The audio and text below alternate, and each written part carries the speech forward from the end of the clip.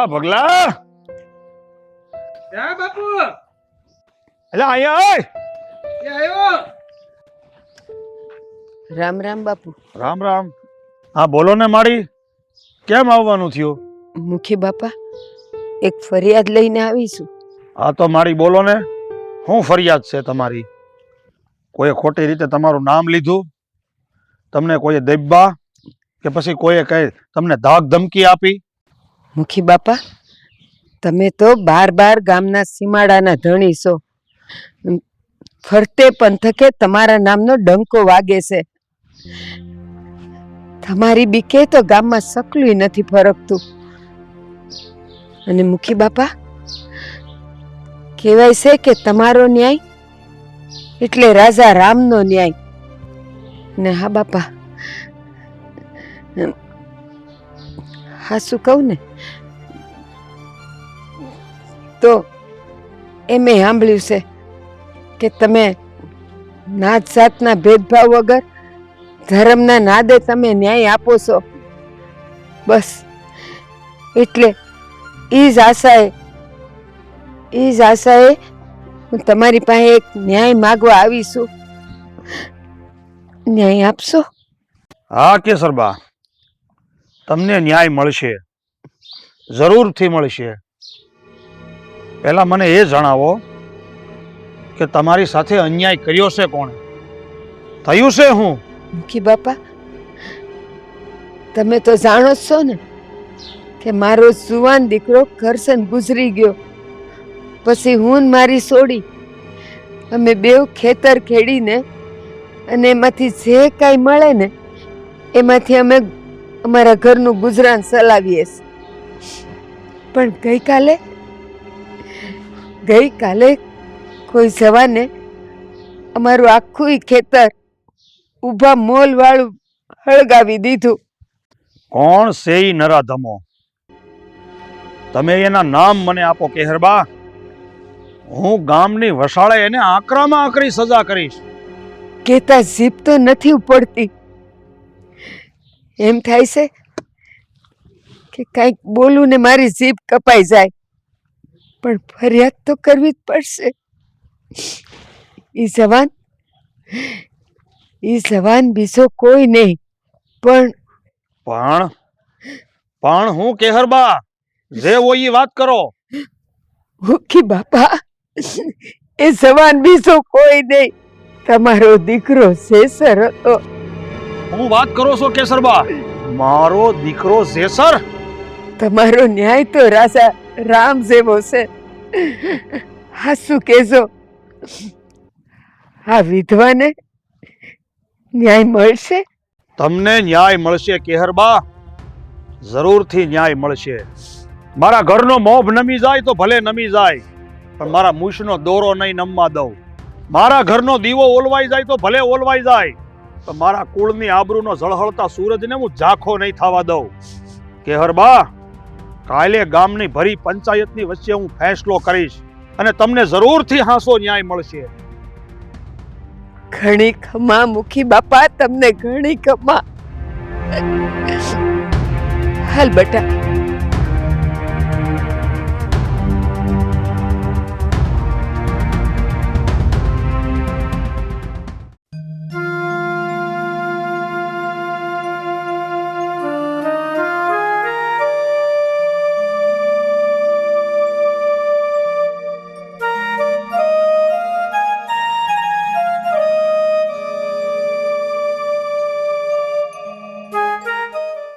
ઘા મૂંઝાઈને બેઠા છો, હું ચિંતા છે?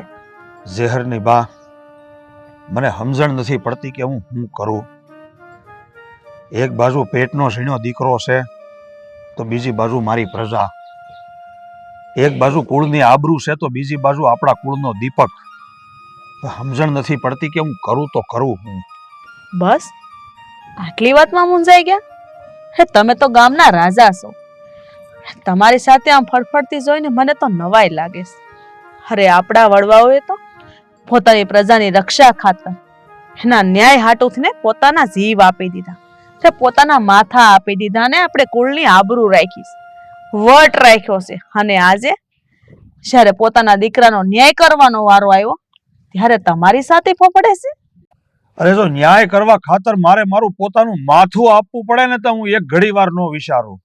પણ આ સવાલ છે મારા એકના એક દીકરાનો, મારા કુળના દીપકનો, એટલે હું વિચારું છું. હા તો એમાં શું થઈ ગયું? અરે આપણા ઇતિહાસમાં એવા તે કેટલાય રાજા મહારાજાઓ થઈ ગયા છે જે પ્રજાની હક હાટુથી ને પોતાના દીકરાઓના બલિદાન દીધા છે. અને તમારે ક્યાં તમારા દીકરાનું બલિદાન દેવાનું છે? ખાલી એને દંડ આપવાનો છે. એટલે પુત્રના મોહમાં આવીને આમ ઢીલા ના પડો. આપણી કુળની આબરૂને ઝાખપ ન લગાડો, નકર આપણી 71 પેઢી આપણને હરાબ દે.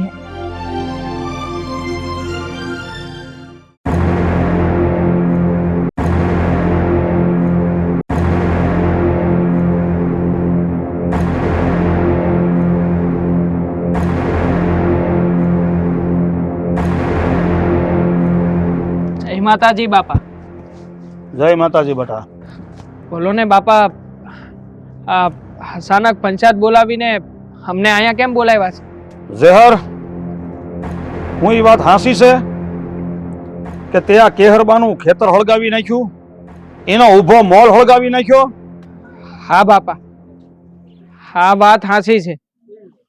પણ બાપા, હા આંધું અમે સાણી જોઈને નથી કર્યું. હા ભૂલથી કેહરબાનું ખેતર હળગી ગયું છે અમારાથી.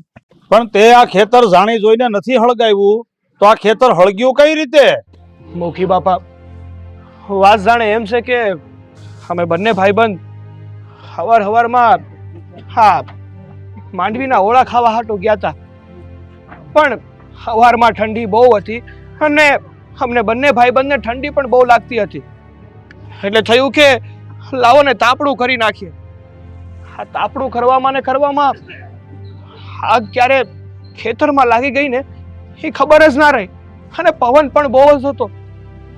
એમાં ને એમાં ઉભેલો આખો મોલે બધું સળગી ગયું. ભૂલે શું કે છું કે જાણી જોઈને છું? ગુનો એ ગુનો જ કહેવાય.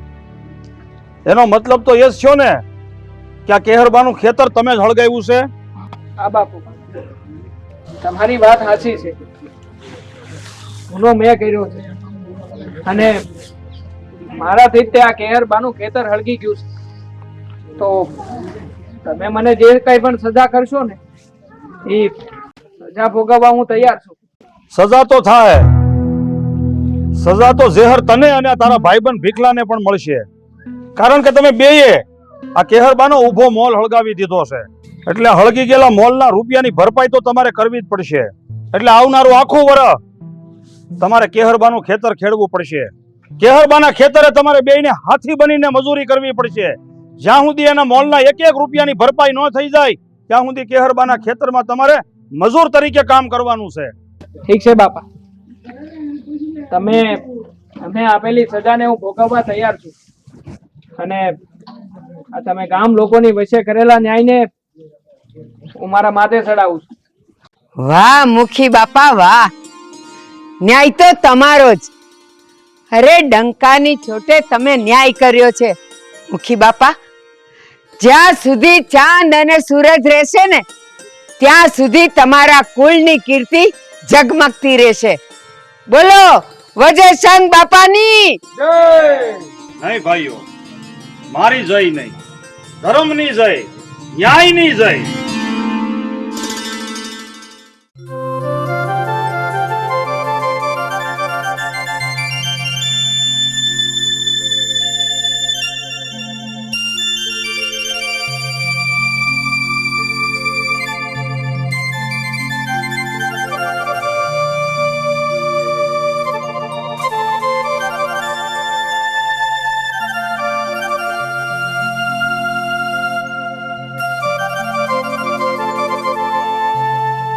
ઝેહરની માં, કેમ તમે હજી બપોરે જમ્યા નથી? જેનો દીકરો ભૂખ્યો તર્યો ખેતરમાં મજૂરી કરતો હોય તો મને ગળા હેઠે કોળિયું કેમ ઉતરે?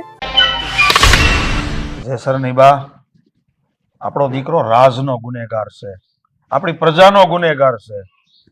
એટલે એને સજા તો ભોગવવી જ પડશે. અને આ બધું તમે તો મને કીધું હતું. તમારી વાત હાચી છે. તમે આપણા દીકરાને સજા આપીને એનું મને દુઃખ નથી. ગમે એમ તો હું માં છું. અરે દુઃખ તો એ વાતનું છે કે મારો દીકરો આ ટાઢી રાતનું ધરતીનું ઓઢણ કરીને હુવે છે. જીવ તો બળે ને. તમારા મોઢે આવી ઢીલી વાતો શોભતી નથી. કાળજું કઠણ રાખો. અરે પ્રજા માટે તકલીફ વેઠવી અને પ્રજા માટે આપણે બલિદાન આપવું પડે ને, એ તો આપણો ધર્મ છે, આપણા કુળની ફરજ છે. એટલે આ વાતનું તમે માઠું ન લગાડો અને મનમાં બધી ચિંતા રાખ્યા વગર નિરાતે જમી લો.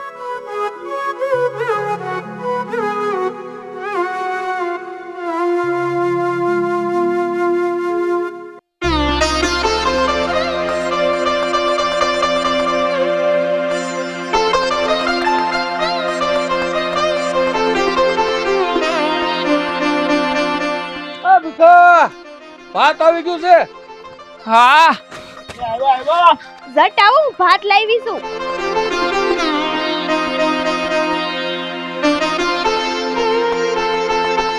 મધુ, તું ભાત લઈને ખોટી આવી છો બેન.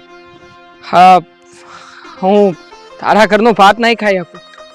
કેમ ભાઈ, તું મારા ઘરનું ભાત નહીં ખાય એટલે તું અપડાઈ જાય? ના બેન, અમે તારા ઘરનું નહીં ખાઈ શકીએ, કારણ કે અમે તારા ખેતરના હાથી નથી. હા તો અમને સજા પડી છે ને, એટલે તારા ખેતરમાં કામ કરવા આવવું પડ્યું છે. એટલે બેન, હા તારા ઘરનું ખાવાનો અમને લોકોને કોઈ હક જ નથી. જેસર ભાઈ, હું તો તને બેન બનીને ખવડાવવા આવી છું, એટલે ખાઈ લે ભાઈ. હઠ નો કર બેન, તારા ઘરનું મને ન ખપે. હું તો તારા ઘરનો ગુનેગાર છું, અને ગુનેગારને પારકા આશરે રહેલાનું અન્ન ન ખપે. ભાઈ, હા બધું તું પડતું મેલ અને ભાઈ બહેનનો સંબંધ રાખ. વીરા, હું તને આટલા પ્રેમથી ખવડાવવા આવી છું, ખાઈ લે ભાઈ. જો બેન, શ્યાં લગી હું મારા માથેથી તારું કરજ નહીં ઉતારી દઉં ને, ત્યાં લગી મારી આ સજા પૂરી નહીં થાય. એટલે બેન, હા તારા ઘરના અન્ન પાણી મારા માટે આરામ છે. અમારો રોટલો હું મારી જાતે ઘડીને ખાઈ લે. જા બેન જા, તારે ઘેર પાછી જતી રહે. જેસરની વાત એકદમ હાચી છે. હાલ જશે. હા ભાઈ હાલ. પણ ભાઈ,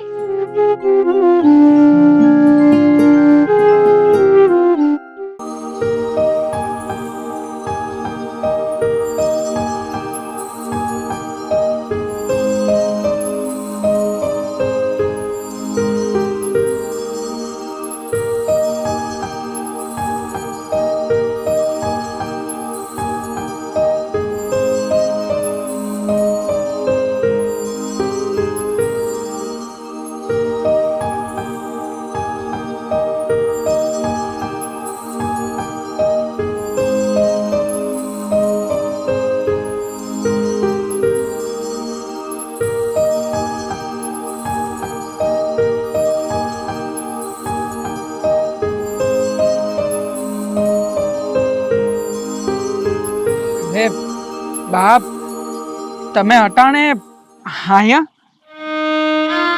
હા બેટા, તારી ખબર કાઢવા આવીશું. હા થાકી ગયો હશો ને? બે બેટા, પોરો ખા, આપણે બેહીને વાત કરીએ. બા તમે આવ્યા? બેહો બેટા, આપણે વાત કરીએ બેહીને.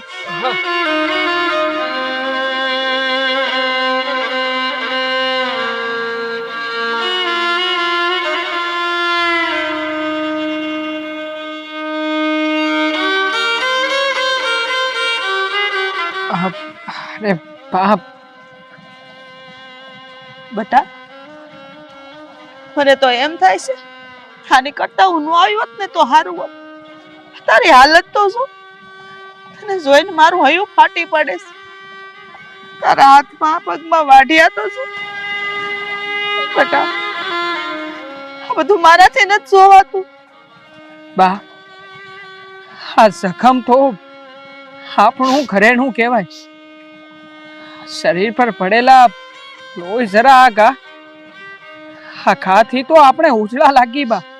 મારા દીકરા આગળ જો ઠીંગાણે સડીને તલવારના ઘા હોત ને તો મને એટલું બધું દુઃખ ન લાગત. બા કા તો તલવારના હોય કે પછી વખતના, મારે મન તો બે હરખું છે. અને હા તો ધર્મના ઘા છે, મારી ફરજના ઘા છે બા. હા ઘા તો ને બહુ રૂડા લાગે છે. અરે અડશો નહીં બા, આ તમારા એક આંવડા મારી છાતીને સીવી રહ્યા છે બા. આ તમારું એક આંવડાનું ટીપું મને મારી ફરજ પરથી દૂર કરી રહ્યું છે બા.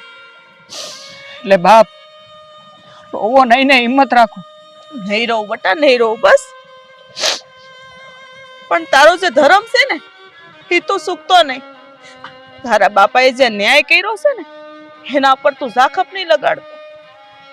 નકર આપણી પેઢીઓ આપણને ધૂતકારશે બેટા.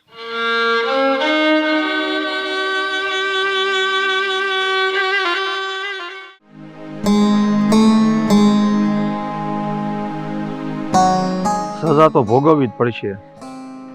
એમ જો હું મારા દીકરાને માફ કરી દઉં તો કાલે પ્રજા હું વાતો કરે.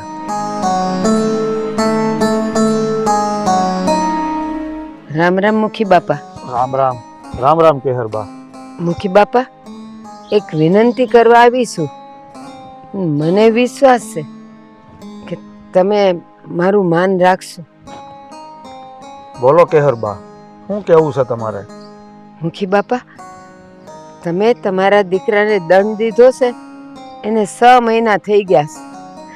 અને આ 6 મહિનામાં તમારા દીકરાની કાયા હાવ કંતાઈ ગઈ છે, હાવ લેવાઈ ગયો છે.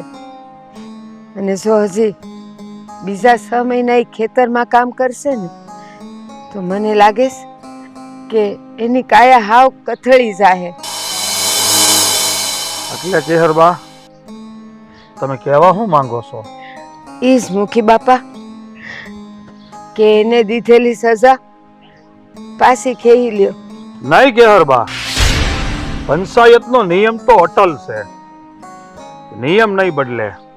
મારો દીકરો મરી જાય તો ભલે મરી જાય, પણ મારો ફેસલો તો નહીં જ બદલે. મને ખબર છે, જાણું છું હંધુય કે તમારો ન્યાય એટલે રાજા રામનો ન્યાય કહેવાય. પણ મુખી બાપા, આ કાયદામાં એક બીજી વાત છે કે ફરિયાદી જો એની ફરિયાદ પાછી ખેંચી લઈને તો દંડ માફ થઈ જાય. હું મારી ફરિયાદ પાછી ખેંચી લઉં છું. જેવી તમારી મરજી કેહરબા. તમે ફરિયાદી છો અને જો તમે જ મારા દીકરાની વિરુદ્ધમાં ફરિયાદ પાછી લઈ લેતા હોવ તો મારો દીકરો કોઈ સજાને પાત્ર રહેતો નથી. પણ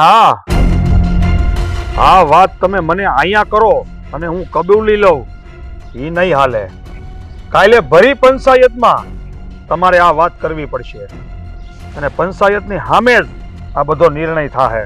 નહીતર કાલે સમાજ અને મારી પ્રજા શું વાત કરશે કે મુખી બાપાએ સાના ખૂણે એના દીકરાની સજા માફ કરી દીધી? ના મુખી બાપા ના, હું કાલે આવે અને ભરી પંચાયતમાં જેમ તમે એને દંડ દીધો છે ને એમ જ એ ભરી પંચાયતમાં હું મારી ફરિયાદ પાછી ખેઈ લઈ અને કાલે હું તમને પાછી વિનંતી કરીશ કે તમારી દીકરાની સજા તમે માફ કરી દો. અમે કાલે આવું ને હું બધુંય કે સહી હો મુખી બાપા, સહી હો.